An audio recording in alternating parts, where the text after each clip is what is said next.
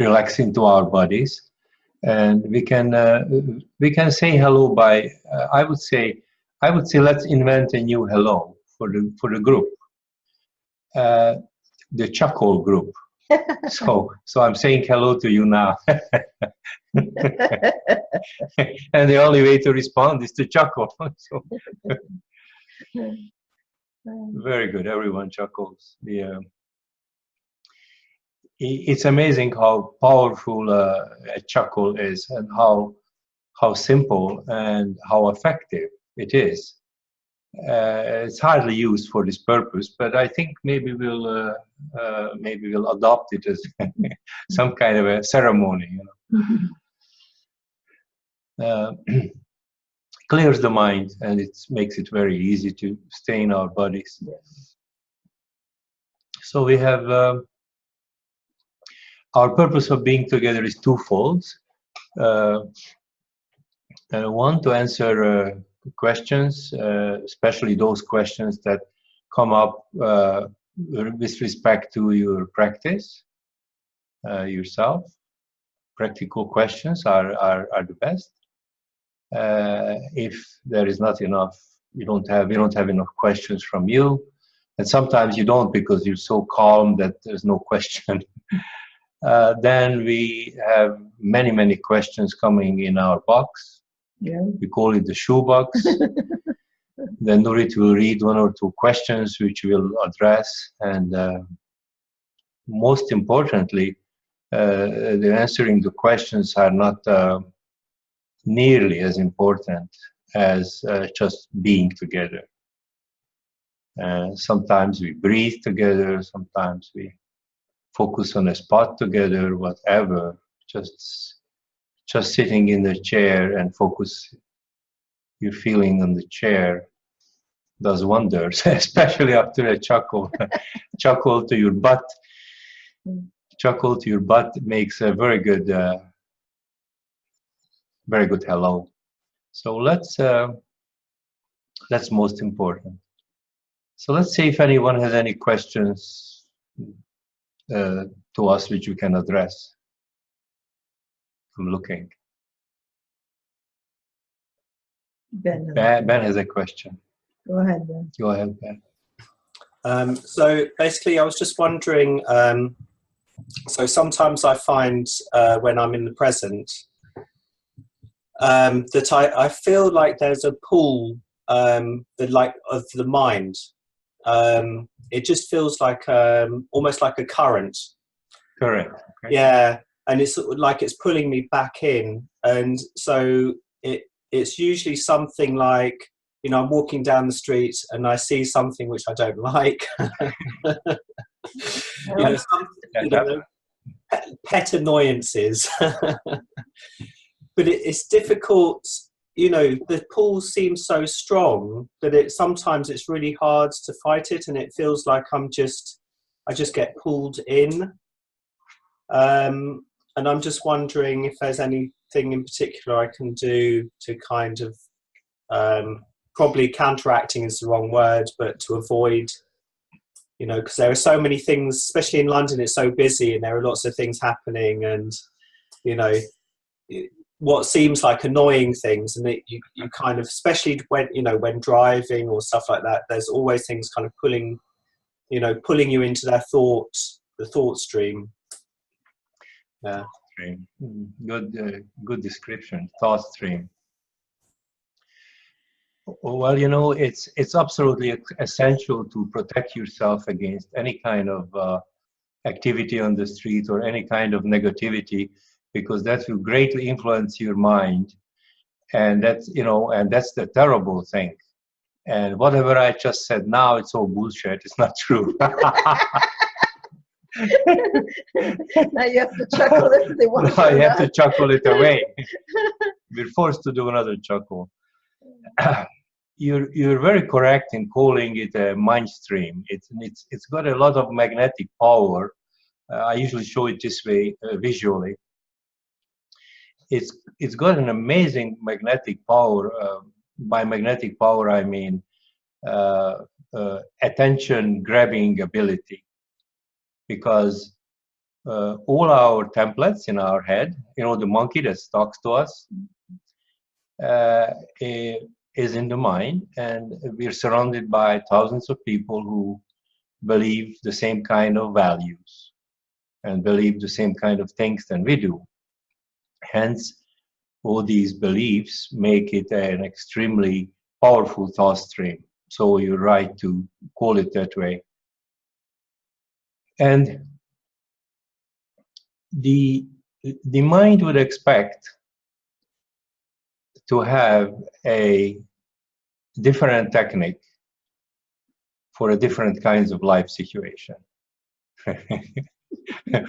so it can memorize it and gather up all the techniques, and then on the end, towards the end of the line, it would say, okay, now I know all the techniques, and I can now deal with 115 different life situations, and now I can declare myself enlightened, something like that. And the good news is it's a lot simpler.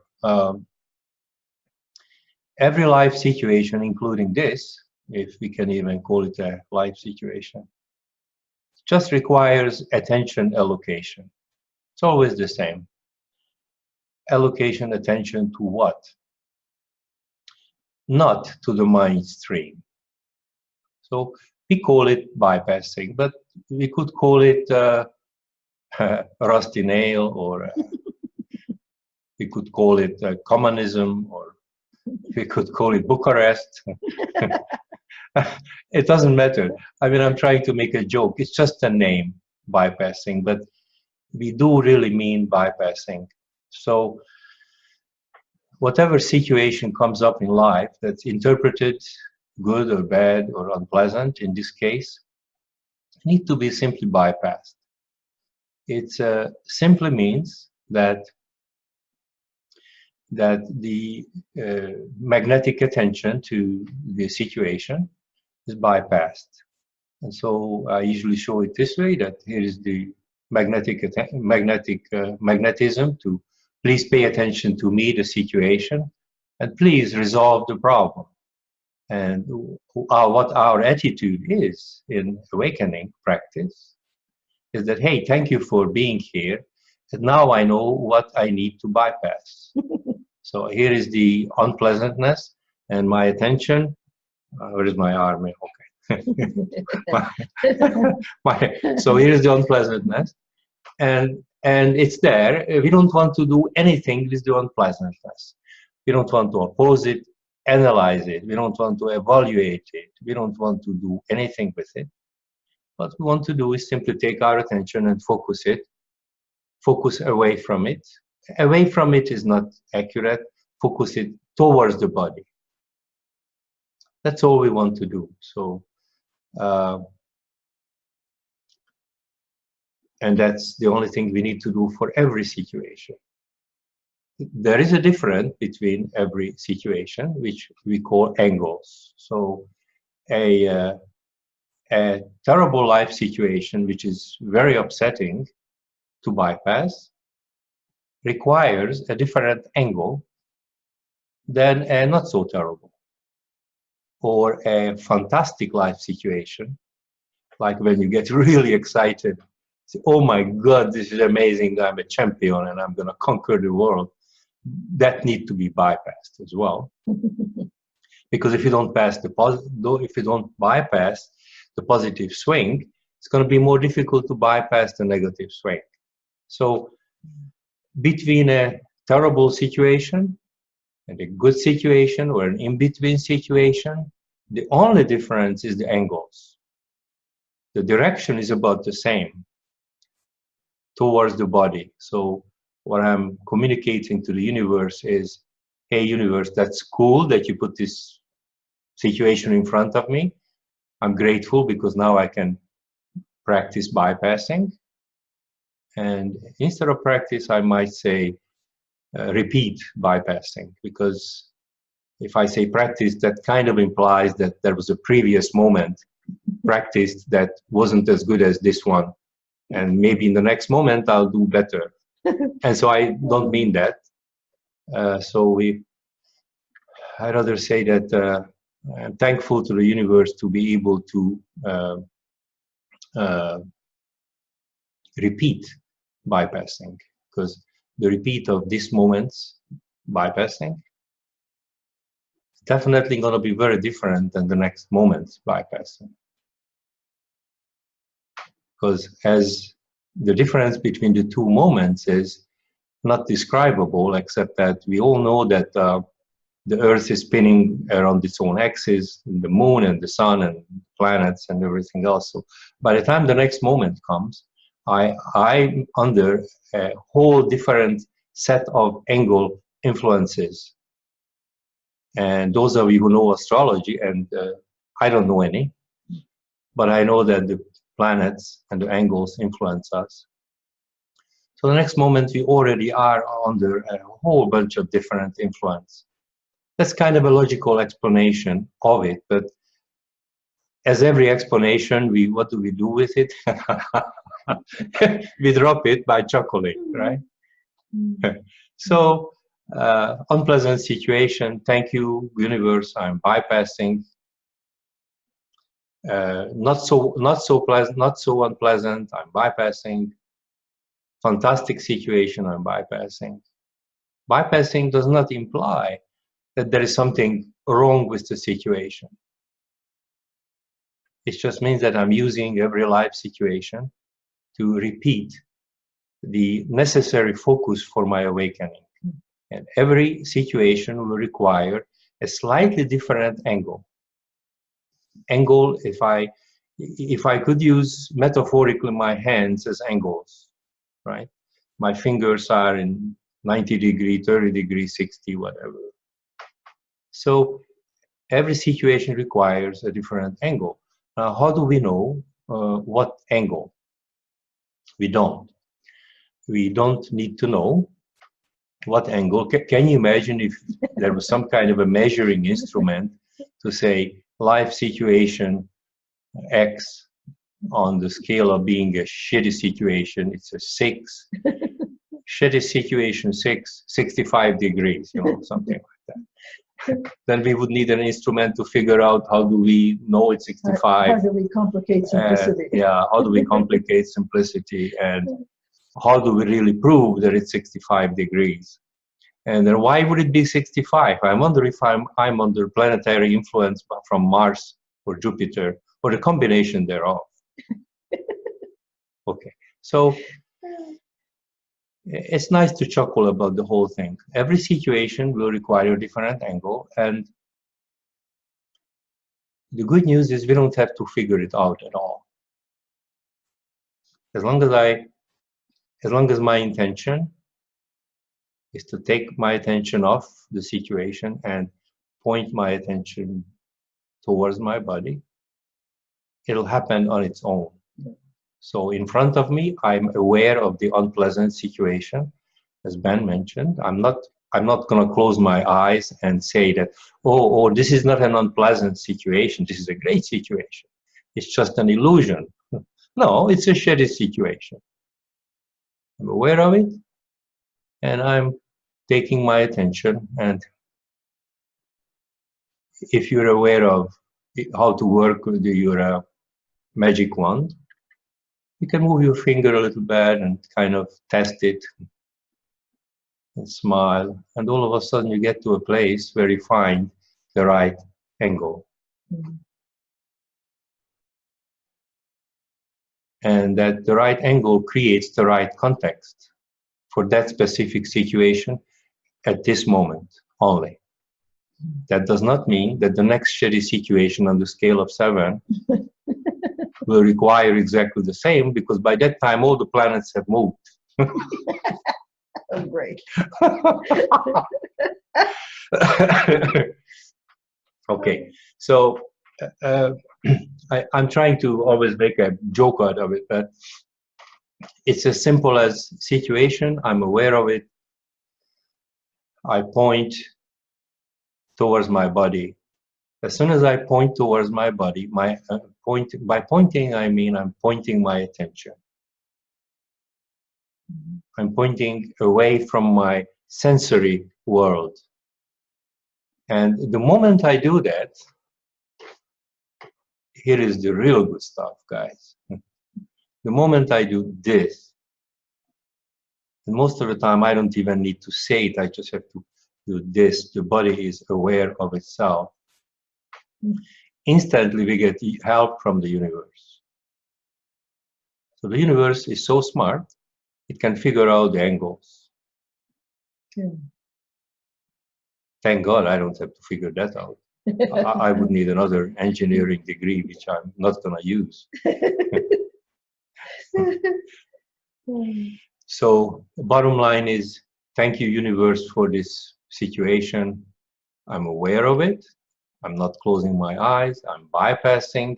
Bypassing means a simple thing of taking my attention and pointing my attention towards my body. Notice that I didn't even say inside my body. I'm just saying towards. And instantly you get universal help. The angle gets adjusted, especially if you help with a bit of a smile. A smile and the moving of the fingers really helpful. And then there is the right context. That means that this situation that you had, this mind stream, was now successfully used for your awakening. So you were a catalyst towards this life situation, and the catalyst became the unpleasant thing was a catalyst towards your awakening. So that's what we're looking for in every situation, is a co-catalyst relationship. And all of a sudden there's calm. Even though the situation is not pleasant, according to my senses. But deep inside me, there is something that does not change. I can observe the situation in front of me changing, but there's a feeling inside me that does not change. The intensity might go up and down, but it's the same thing.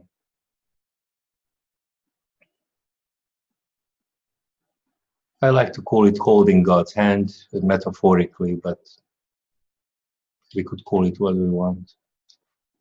A little bit of smile will keep us in the so-called present moment.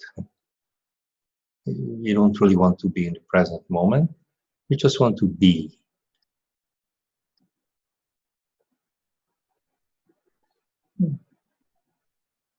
Whoopie-doo. Everyone, wonderful. We talked about bypassing the other morning on our way to our office, the coffee shop. And remember we were saying, they say, I think, therefore I am. Yes. And we're saying, I bypass thinking, therefore I am. Yeah, that would be a more accurate, in our opinion. He could have meant, I think, by thinking, he might have meant that I can stop thinking, therefore I think, therefore I am. If he did deliberate thinking, that would work. Who knows? Yeah. So, Ben, was that the answer that was? No, that's perfect. Yes, thank you very much. Yeah. I check back because sometime what happened with me is that there's a question and I get into it and I go, and I end up on the other district, and I had to be pulled back from it a little bit, but then I usually return to the simplicity. Many of you have done it already, Ben and Tomasz and Jennifer. Okay.